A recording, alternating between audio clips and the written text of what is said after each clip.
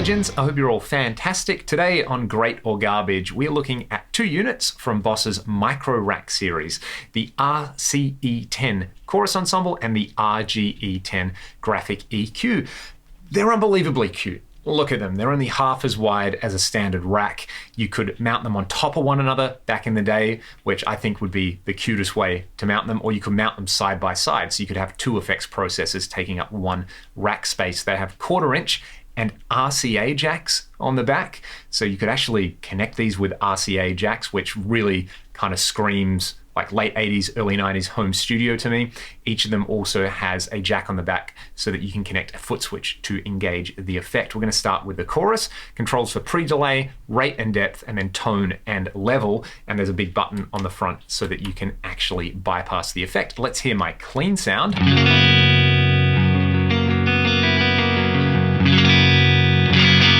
And for those asking, yes, I am contractually obligated to play that chord anytime I demo a chorus pedal. Otherwise, Alex Lifeson will track me down and he will tickle me until I can take no more. Let's engage the effect and have a listen to it. I'm going to tweak some knobs while I go.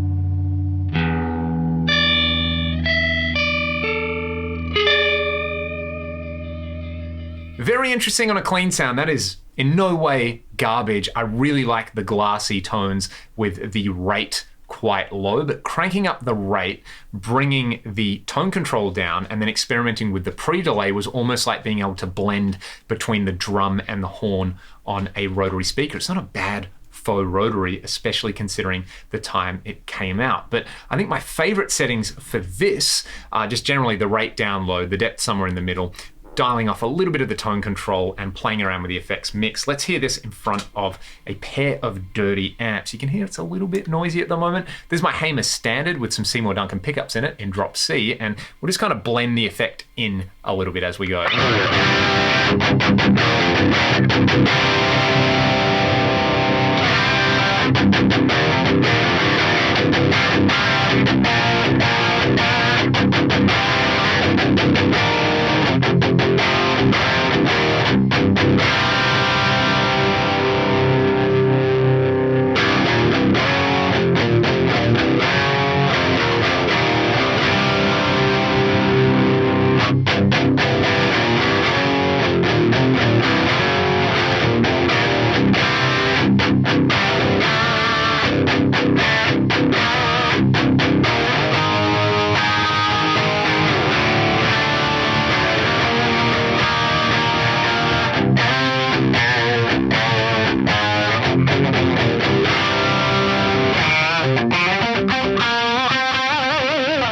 out as well. It kind of has mid-90s Zakk Wylde written all over it. Let's put this after the amps now.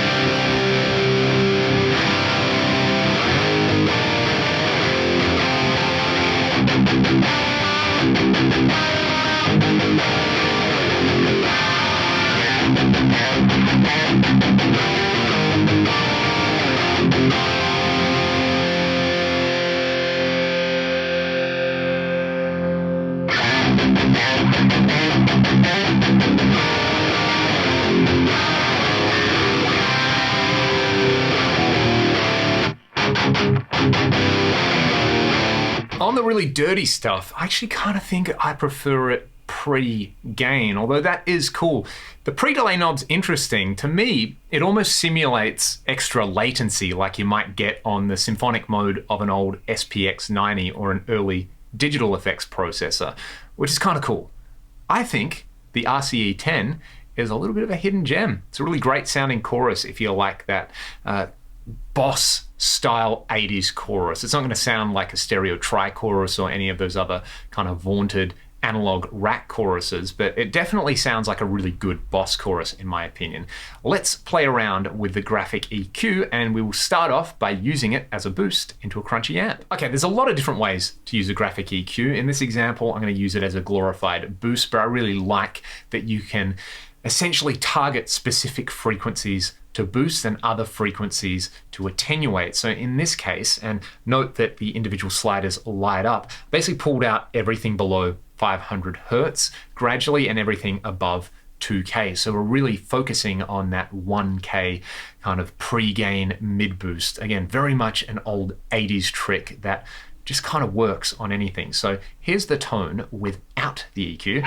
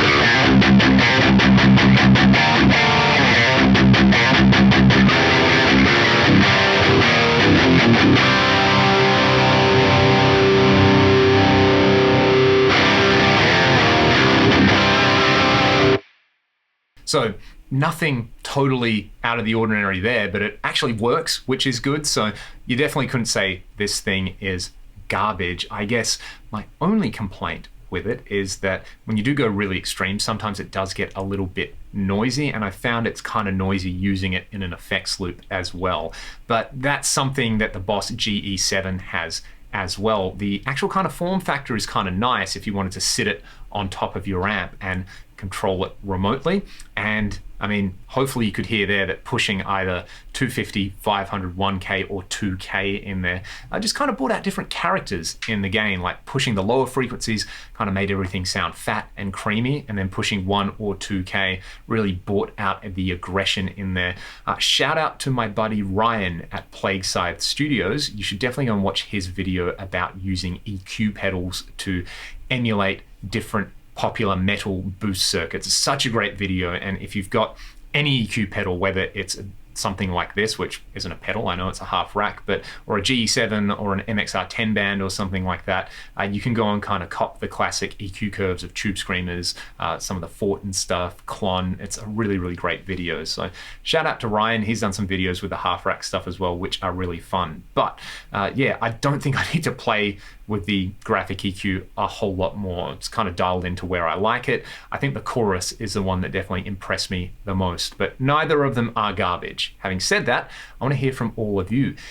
Do you own or have you owned either of these units or any other units in the Boss Micro series? If you love them, which ones should I try and find next? Because there's like an overdrive, there's a pitched delay, there's a stereo digital delay, a bunch of other kind of fun ones, but I really like the chorus. It makes me want to play that Alex Lifeson chord all the time, and it's quite tweakable, and you know, it's probably never going to win any awards for greatest chorus of all time, but it's definitely not the worst chorus of all time. And the EQ, you know, it works. It's a graphic EQ. What more do you expect? It's a Boss graphic EQ at that. What more do you expect? So let me know what you thought in the comments, and stay safe, be good to one another. I'll see you all next time.